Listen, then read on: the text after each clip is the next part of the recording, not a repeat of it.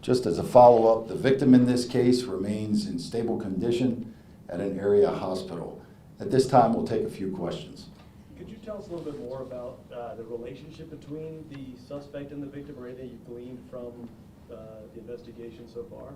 So I can tell you the victim in this case and the suspect are acquaintances. We are still investigating whatever that relationship may be and whatever the motive was for this crime. Can you speak to the 15-year-old as well? Does that mean charges could be upgraded if he pointed a gun at somebody else? And maybe you said this, but the 15-year-old was also a Wootton High School student?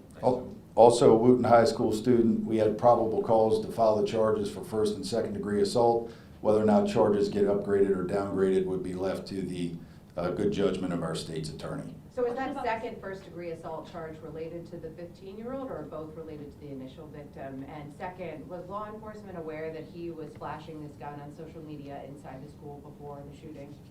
So the second count of first-degree assault, second count of second-degree assault are related to the second 15-year-old victim.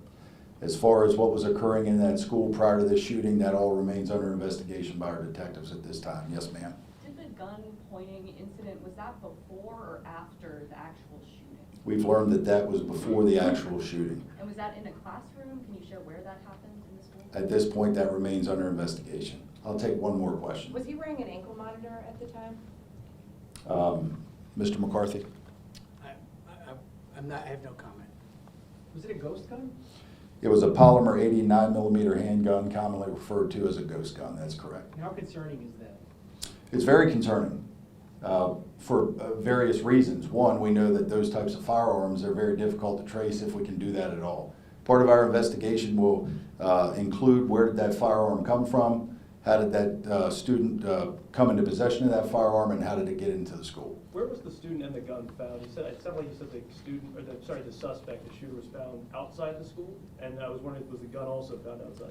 Yeah, the student was located in close proximity to the school. We used a surveillance team from the Montgomery County Department of Police. We were very confident shortly after this incident as to who this suspect was and where he was at the time. That's what led to the very quick apprehension of him. The firearm was not located in the school. It was located late last night away from the school as part of the ongoing investigation. Any sense of motive in this case, and would metal detectors have prevented this in the first place? The motive in this case is still under investigation, and I believe the superintendent of schools addressed metal detectors and AI technology last night. Does law enforcement want to weigh in on metal detectors? Thank you very much.